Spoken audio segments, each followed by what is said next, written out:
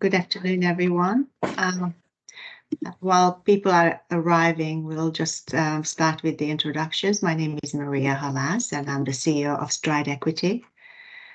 Today, we'll be talking about how to unlock your success in equity crowdfunding. So welcome to all of you who have arrived and listening to us. It's going to be a really interesting session, and we'll have a fantastic speaker, Josh White, who's a guru in digital marketing and has lots of experience in equity crowdfunding, who will be sharing tips and tricks for a successful campaign. So our agenda is very simple. I'll say a few words about equity crowdfunding and also about Stride, and then I hand it over to Josh, who will do most of the talking today. And after that, we're going to have a question and answer session. So you can actually log in your questions while we're talking. There is, I'm just going to look at my screen, and there is a Q&A button on the top row on your screen. If you click on that, you can put questions in, but you can also submit questions in the messaging part, the chat part of the webinar. So feel free to put in any questions you may have.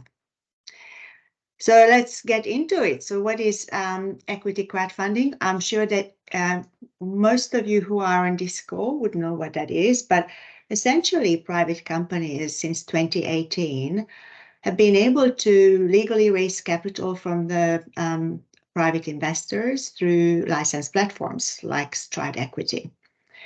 And the process is very simple. It really only has three parts. Companies need to submit an application to raise capital. We then look at the companies, and if they're suitable, then we manage an expression of interest campaign together with the company, and then an offer campaign to raise the actual funding. Now, Stride Equity is slightly different to other equity crowdfunding platforms. We've been operating since April, and we've just successfully closed our first transaction. So we've been very, very happy to have LiveBid as our first deal. And if you go to our website, you may be able to see the details. But Stride Equity is essentially a venture-backed equity crowdfunding platform. And what we do is we really apply the principles of venture capital when we look at companies that fundamentally will ultimately host on the platform. So we will really be looking for companies that have the ability to grow, get to the next value inflection point, and ultimately provide good returns to our investors. Our investment criteria, again, slightly different to perhaps equity crowdfunding platforms out there. We do look at the people, the founders of the business. Obviously, the products or services will need to address a real issue on the market, solve a real problem, and they ideally have to be defendable. Now, very often you've got great ideas and they're perhaps early and they're world-changing, but you might not have market validation. Those are probably not the first companies we would be backing. We would be looking for something or companies that have already been on the market, have some feedback from customers, either through strategic relationships with industry partners or through actual revenue from potential customers. And finally, we are looking for scalable businesses. What is making us substantially different from any other crowdfunding platform is really our team. We are a group of professionals with decades of experience in various segments of the investment markets, including early stage commercialization, venture capital, as well as the listed equity markets. I myself have more than 25 years experience, and I have been on all ends of the investment capital markets. I've been in commercialization of technology out of universities, very early seed or pre-seed stage. I've been in venture capital. I've also been on the listed markets, and I ran a listed company for 15 years, a technology company. We also have John Brett, who is Director of Private Equity at Investec, has been responsible for selecting, sourcing, and really managing investments into private companies on behalf of Investec for several years. Alan Chonowitz was the CFO of Investec, and he's got very specific skills around really looking at financial and business model of companies that we're looking at. And we, of course, have very capable team around us with Belinda Dorfan, who is the head of governance and legal, and most importantly, Stefan Zörfler, who makes the whole operation possible. And his expertise in both the digital platform, but also really managing our companies is outstanding. Now, this is the time for me to introduce our marketing guru, Josh White, who has been in the past 11 years capably running Neon Treehouse nationally. Neon Treehouse is a specialized digital marketing agency, and they've got a number of companies. They've supported a number of companies on crowdsource funding campaigns. So he's amply qualified to talk to you about how to make your campaign successful. So Josh, with all this, over to you. Lovely. Thank you very much for that great roundup there, Maria. Appreciate the kind words always. I'm just going to share my screen. I just stopped sharing. Yeah. Let me know when you can see mine. That should hopefully be showing now. Can you see the screen showing up? Excellent. And if I show you from here, are you seeing a full screen as well? I can't see yourselves, but I'll assume without any needed yes, it does. You're all able to see that okay. All right, so let's get cracking into it. So what I've essentially prepared here is getting companies marketing ready for crowdfunding. Just a little bit about us and some of our recent results. So we've raised over $10 million over the last couple of years through crowdfunding online. We've had an example there, which is non-profit crowdfunding, but the other examples, including our most recent one, LifeBid, working in conjunction with the Stride Equity team to raise 1.45 million, was a wonderful sort of end result. And through this plus many other raises, we've learned a thing or two about what makes these things tick and what makes them tick effectively. The things that we can sort of help you with on our side, and just so that you understand where I'm sort of coming from here, digital ads, social ads, producing the pitch video and alternate videos and so on, which we'll talk a bit about today, helping with offer docs or changes to websites, email marketing campaigns and so on.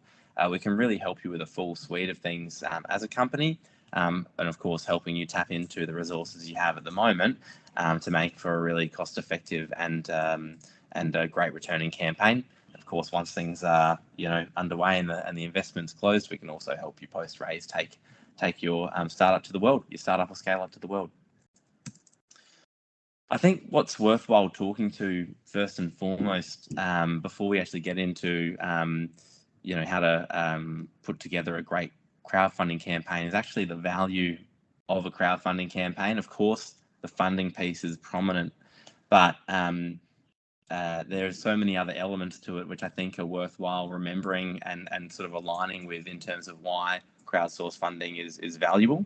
So of course, it's the money and the funding that enables you to grow on your journey as a founder. But the marketing value is really strong through this campaign. A lot of people seeing you, seeing where you've taken the company so far and where you're going. A lot of the campaigns that we've run have actually led to directly more sales for companies as the raise is happening at the time, as well as inquiry for when's it opening or when you're expanding to here, or those sorts of things, which can be really valuable. And of course, the other elements here are absolutely spot on too. So community building up a bigger audience to maybe launch your product to in the future. People often give really insightful feedback on what they see in the product as well. If you're doing webinars and things like that, you can get really interesting questions back from customers and so on. So there's essentially a full value chain there of things that are added values of crowdfunding beyond just the funds. And then in addition to that, depending on the platform you're working with, you'll see other elements. And for me, I think Stride has what I call the Stride factor, which is a whole myriad of things that I think are very unique to Stride Equity. So number one, like the elevated brand positioning. I mean, I've shown you a screenshot here of how the brands are positioned. It feels high end. It feels more trusted as a function. I think that looks really, really fantastic, showing this to the world. The publicity that Stride Equity support you with, but also what the platform's receiving in its own right, is to, I think highly regarded investors as well. So that network value is strong. I think that, for me looking through here, really helps bring an extra level of elevation to the brands that are advertising or that are raising money on here as well. And then, of course, Stride's process is that there is a strategic element of investment alongside the brands that raise on the platform, which I think is really important to note. Another thing that's important to note is that, as you can see there, the minimum investment for LifeBid was $750. If you have been involved in other equity crowdfunding campaigns, you may have noticed a starting investment or minimum investment from as little as $250 or even $100. And with that, from a marketing standpoint, you may have heard numbers around what it costs to get an investor to come in. And what I've noticed in our time working and operating in this space is that, the higher the investment number that you're sort of looking for, it gets rid of a lot of what I would call perhaps tire kickers in terms of, not wanting to spend very much and sort of only putting in the minimum investment, but making sure that the ads are actually being shown to people who are, likely to put sort of well and above that minimum investment in. And what I've noticed is that, for the Stride Equity platform, does cost a bit more to get someone through to the site, but in terms of advertising costs, but the minimum investment is higher, and actually as much as 3 times higher in terms of what people were interested in dropping into the campaign as well. I think that is a really beneficial trade-off and sort of highlights the sort of investors that Stride Equity is attracting. So let's dive into the content side. So when we talk about the video, I think it's worthwhile talking about the fact that there's more than just one video. So as an example, you've got the video that arrives on the main landing page. You've got your organic socials, you've got your email references, your email signature, your website. There's lots of areas that a main video might sit. And yes, there absolutely is one key video that is used across a lot of elements. You can see that, up through here on the Stride page as an example, it's the main video. But secondary from there, you'll see that there'll be sub videos, so smaller videos that are, say, 30 to 45 seconds long, or they're highlighting just a component of the bigger video that you think is important for people to see, to make sure that they're very much taking that information in.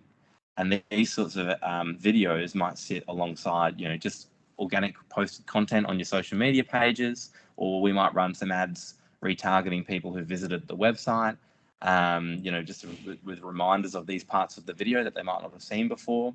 And of course, providing content that can be shared with employees or other startup founders on their personal LinkedIns as well.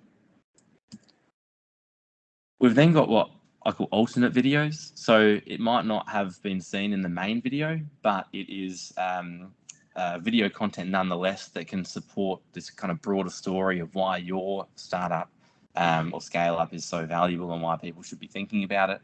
In this example, Site C, who we raised about $865,000 for, with the first, double what their minimum was raised in the first hour.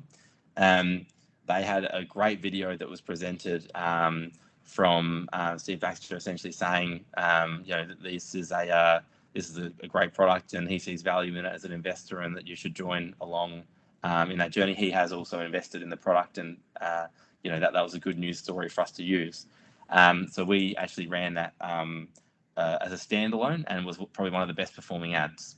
So I suppose what I'm trying to present here is you got your main video, but it's about working out how we can sort of cut down and fragment this content to help people take on little bite-sized bits of information to understand that you're a great option for an investment. In addition to, I suppose, the content, you've also then got the shapes. So, of course, you're probably familiar with the squares that are showing up on social media feeds. You might have seen the story format or the Instagram reel format, which is a full sort of vertical. YouTube, as an example, is watched in that full landscape structure. And I guess part of the video creation that we do is that we'll produce the main video, we'll produce various cut downs in terms of content, and then also making sure that shape-wise, you've got a myriad of different shapes that are being used, and you can see that essentially here to the right. You know, that it's not just about having a square; it's about having different formats there that can be used in a way where people can sort of see it and get excited about it. So you got shape in terms of, or video type in terms of the time, video time in terms of the shape, and obviously the content. Essentially, for me, just a couple of recommendations here. Is to think, and we've raised over 2 campaigns for Prepped, 1.6 million in total, and we did a bit of fragmentation of the content. We did mix and matching. You saw at the start of that video, they were just showing sort of some cool creative stuff there. That was sort of trying different starting 5 seconds to get impact within your advertising campaign before showing the full video, which works really well. People are always important, you know, showing faces, showing real people, ideally people that can be recognizable, so advocates and those sorts of things, and some still accompany to accompany, you know, artwork and graphics and pictures to accompany, you know, video content. The other thing that's worthwhile thinking about is like what emotions are you actually tapping into as well. So if you've got something that you know, speaks to the heart and it's a real, you know, emotional story, I think you should try to showcase a little bit of that. If it's happy, if it's a funny brand, if there's things that you think you can sort of tap into to kind of play at the heartstrings of people, which are true to your goal and true to your story and true to your ambition, I think you should definitely use that to help people connect deeper with your solution or the problem you're trying to solve. In terms of messaging, so of course you've got this broader offer piece, and I've got here some details around, you know, how it's presented on the live bid page that you'll see, but essentially, you know, the main video and obviously the landing page and the offer doc, I wanted to show problem, solution, your unique selling prop or your competitive advantage, the traction you've gotten so far, your business model, how you're going to make money, and ideally showing just how big that opportunity can be, risks, use of funds, and essentially why you is what people are wanting to find out about. So in terms of messaging, these are all things that we need to identify. Not everyone has great strengths in each of these.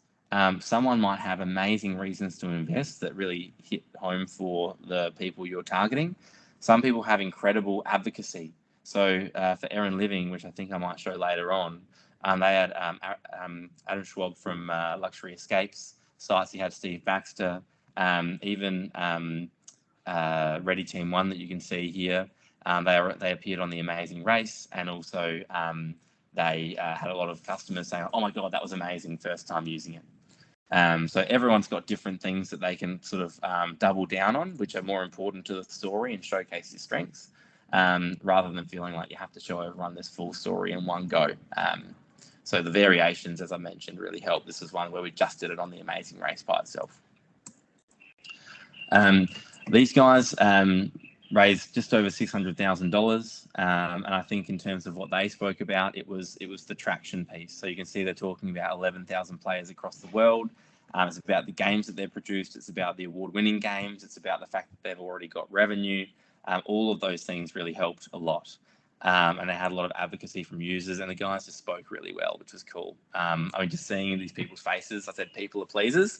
So seeing these faces, people having fun, really helps understand like the value of it.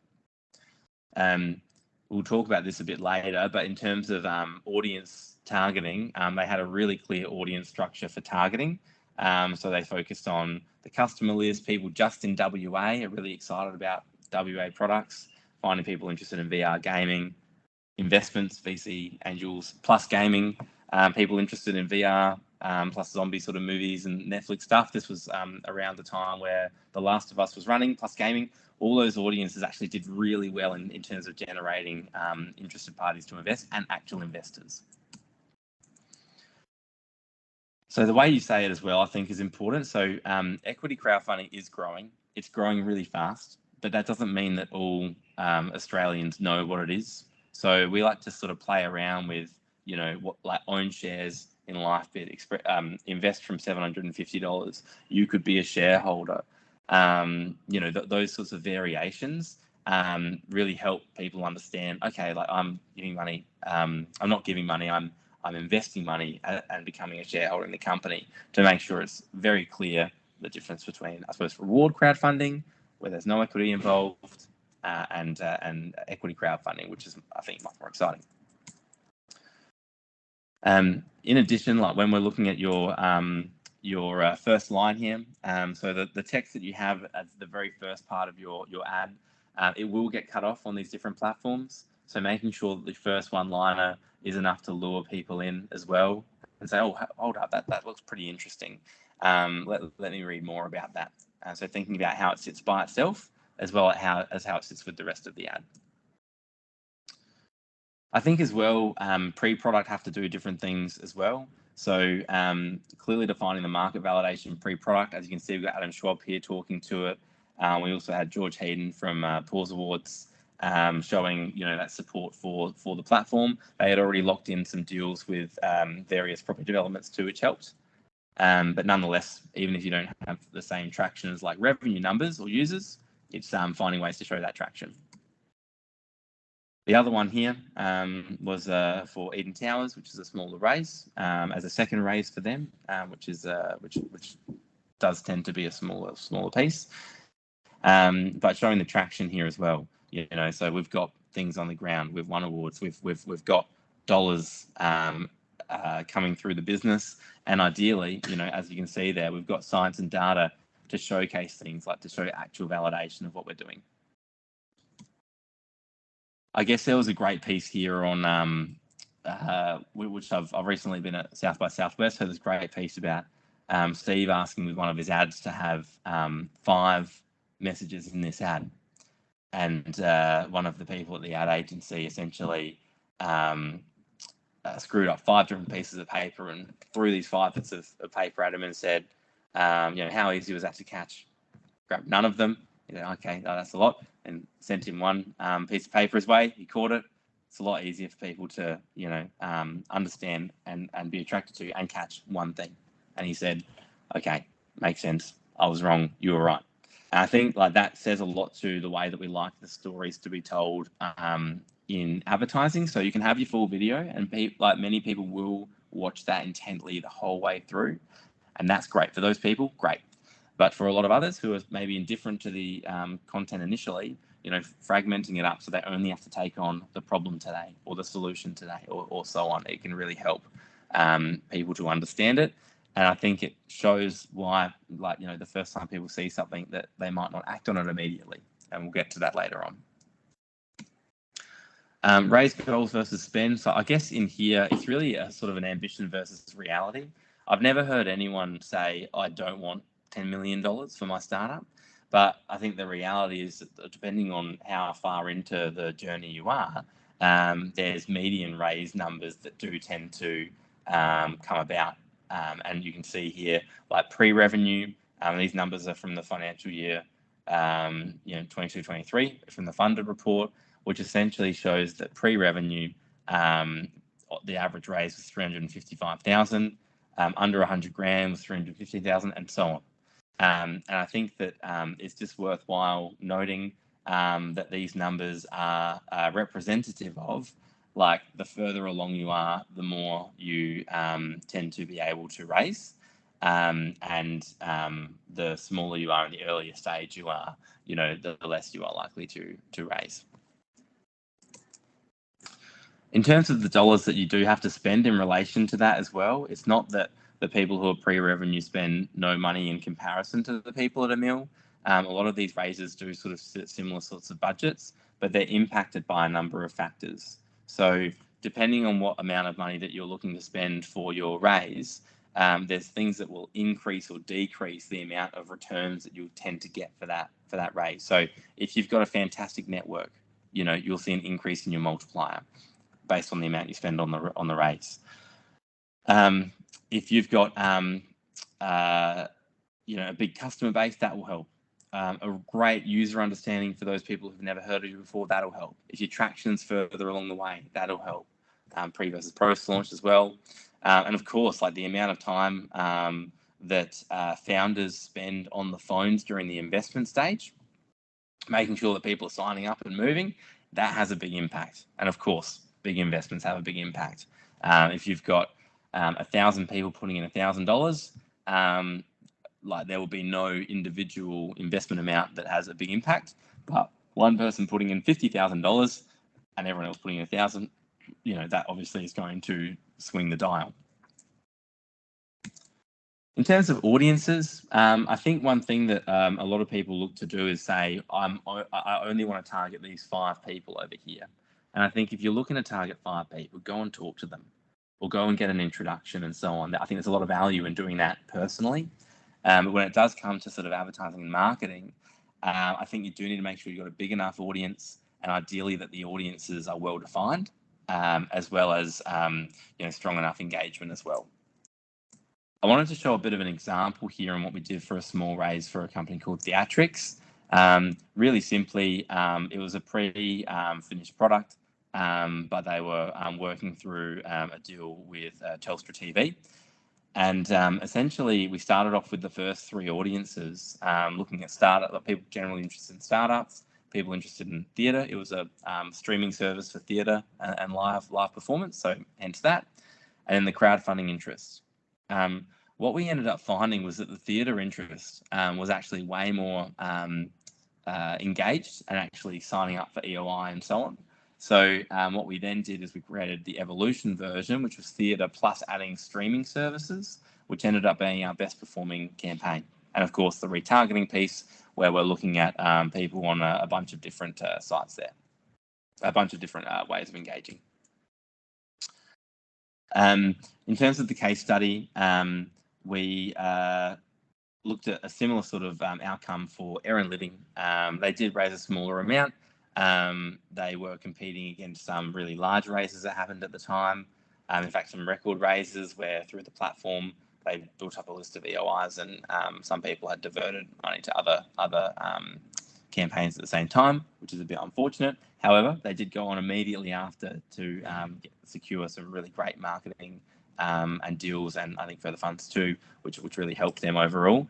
But I think the thing here for me is that the best audience for them was apartment dwellers. They ran ads for the database of the platform. They ran ads for entrepreneurs and VCs and startups and investors and whatever. But people who lived in apartments understood the problem a lot more than other people, and they saw value in the option a lot more, and therefore were more interested. And of course, the platforms then look at it and say, well, I think that people who are interested here are more likely to convert, and we'll just look for the people who are of high affluence who have the apartment dweller, I suppose, archetype. When people look at this sign, they often think take off, scale up, whatever. For me, it's a reminder to you all, not about, okay, and then all you have to do from here is just get really excited and move really quickly. Whilst these campaigns do run quite fast, the message here is, in terms of your decision making, not to be too hasty. I've got some things here to sort of present to you, but inherently people, but more so inherently Australians, are lazy. We've run campaigns in other industries where we've run campaigns for, lodging your tax return as a company, and the best performing ads weren't in the lead up or in the final few days up to the deadline. It was, hey, you've missed the deadline and now you're facing a penalty, quickly lodge, So it sort of gives you a bit of a culture tap into what you're sort of expecting. And so often people say, oh, we haven't got $5 million worth of interest in our audience here in the first 2 days. I think we need to switch the ads up. And the message ultimately for me is that, like, no results doesn't mean bad ads. It's a really big river in terms of the sales river and essentially the decision-making river. So people go around for a really long time before they actually act on it. And it's why when we talk about Australians are lazy, like, you can't assume people to make the decision the moment they see the ad, or after they've seen it 8 times or 20 times or 50 times. It's about a fear of missing out is impacting, whether they go ahead or not. It's from a time perspective or a popularity perspective or whatever. or it's just like, yeah, just the countdown to after this moment, there is no other chance to get in. So when we look at ads and results, of course, there'll be sort of ebbs and flows, but that doesn't mean the ads are bad. It often just talks more to the seasonality of the campaign, which is where we talk about the value of sadness. This is illustrative only, but essentially wanting to highlight that during the EOI campaign, you'll have marketing spend that remains the same through the campaign. You'll likely have a bit of an increase in EOIs at the start, but it will drop at some point because it will be like, yeah, okay, it's been around for a while, all good. And then it will always rise right at the end because people realize, oh, I've only got this little opportunity, I better dive in now. So naturally, you know, when you first start, there'll be people who jump in early, or people who see it a couple of times for sure, but the majority, it's when there's not another chance later on. And it's similar for what we sort of see in marketing spend on the invest stage. So the investment value is a lot deeper for this value of sadness. You see people who invest at the start, you see because they've signed up for the EOI and they jump in straight away. You do see it decline very heavily from there, and then you'll see a huge portion, usually more than you see at the start, who invest in the final 3 to 5 days. Now, I should note these numbers on the side are purely indexed. I'm just trying to represent to you that, you know, the marketing spend here, you know, stays pretty static, and you might spend more in the final week, but ultimately your investments drop and then they rise right up. And same here, that your marketing spend stays the same on the basis of the general index, and your EOIs will increase toward the end. We do overlay some messaging adjustments, as I've mentioned here. So we do usually change here final week when it comes to the EOI campaign. And here we will talk about a fast start, and then we'll usually change things around like, you know, already raised this much in this little time, or, you know, only X days left to invest. So that those sorts of things do increase the investment rate. I guess the main thing here is that like everything contributes. So the ads that we're doing, the founder on the phones, the PR work, anything else that you can generate, any webinars that you run, everything ultimately contributes to generating the most traction in your EOI and your investment totals. And on that note, when we're looking through the schedule, I guess there's some key sort of parts when we're talking about sort of the value here. So you got the pre-launch EOI, then you got a prep, just finalising off the offer doc. So it sits between EOI starting and investment starting, and then obviously the invest stage. All the preparation happens before everything starts, but then there's obviously a bunch of work that happens after that. All of your marketing is happening in 2 main clusters, at the EOI stage and the invest stage, though you might be already running some PR stuff beforehand. You've got a mix of things that are running at the same time, but ultimately it is the combination. A lot of people say, oh, well, I've heard that it's fantastic, and it is, because there's a lot of data that's sort of backing it, but that doesn't mean that, you know, sharing things on your LinkedIn as a personal profile isn't helping. It is. It doesn't mean that, you know, running PR, which only gives sort of broad visibility and hopefully a bit of traffic through to the site, even though it's not measurable, it 100% helps. Absolutely. And I guess for the main founder, like you've got to be heavily involved in the preparation at the start to make everything else a lot easier. We'll need absolute support around the prep between EOI to investor and approvals. But the real big important part for yourself is really getting on that phone at the invest stage. I guess out through there, like what can you do around that preparation stage? I think there's a couple of things there. So having conversations early with both platforms like Stride Equity, having the conversations early, having conversations early with companies like us, like Neon Treehouse, to make sure that everyone's aligned with when things need to be done. Preparing your list and your database, even speaking to, you know, other customers or investors and so on, and building up this list then, not waiting, you know, until the invest stage starts. Ideally, with investors, you know, you've got some early conversations that can be had for some impactful, bigger investment amounts that can be contributed during the campaign to build up some virality, and doing that preparation beforehand will help immensely. I think also working out what your realistic raise goal is, and ideally what your associated budget is. Don't wait until the EOI start and not be happy with the amount of EOIs you're getting and then try to organize everything from there. It is important to make sure you've got these things in place early, and so that you know how much budget you do need to put to this to make sure that things are working and are moving forward. And this is the sorts of things that we can help you with by looking at those multipliers I mentioned earlier.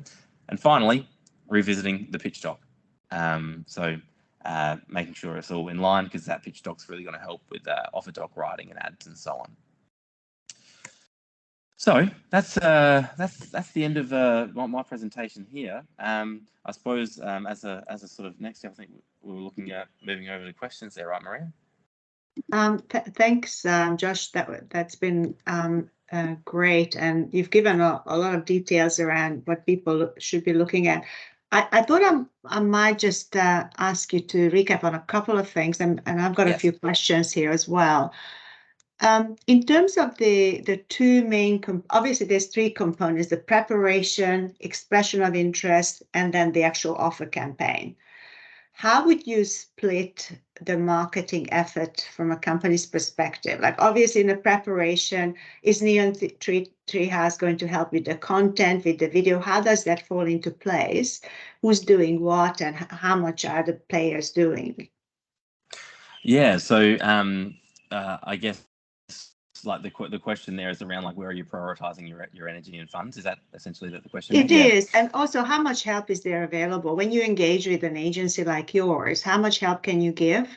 Because obviously companies have different capabilities in terms of developing their own content, engaging on socials, all those things that that actually add value to the entire campaign. Like, how do you think that fits in with the entire, like in preparation time, for example, how much work can you assist with, and how much do you get involved and roll your sleeves up in terms of helping companies to get through?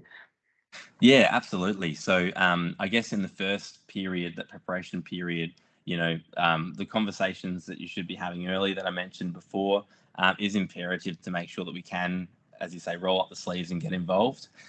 With most of the campaigns that we do, we're doing the video preparation, we're helping with the script writing, we're helping you break down like sort of what we see to be some of the key messages that I think would be important for the campaign.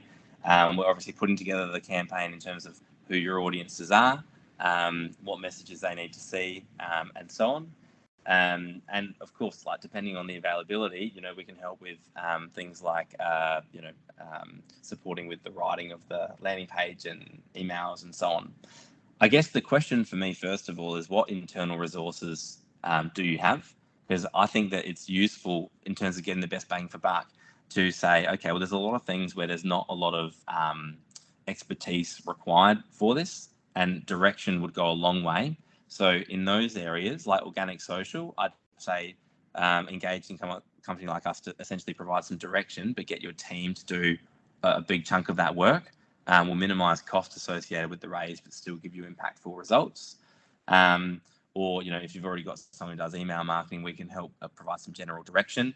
But then there's other parts like running the ads where, we've found other agencies who are running the day-to-day ads for a company would pass the raise stuff over to us and then pass it back, because the raise element is quite niche and specialized, and you want to make sure you get that right.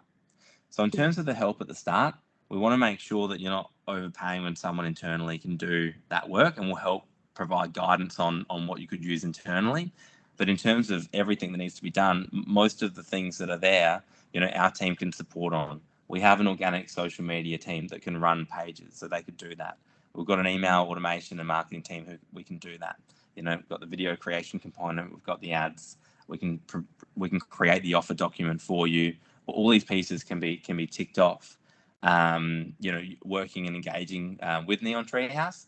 But again, like budgets are really important, and we always want to make sure that you're not spending where you don't need to. That's great. And in terms of the in practical sense, when a company comes to you, Josh, we want to do an equity crowdfunding campaign. We're not quite sure where to, how to fit the digital marketing in. Your team would come up with a plan up front, wouldn't they? Absolutely. So the onus is definitely on us. We do a session with you at the start to really understand what the offering is, tell us about who's engaged with this, tell us who identifies with the problem and the solution.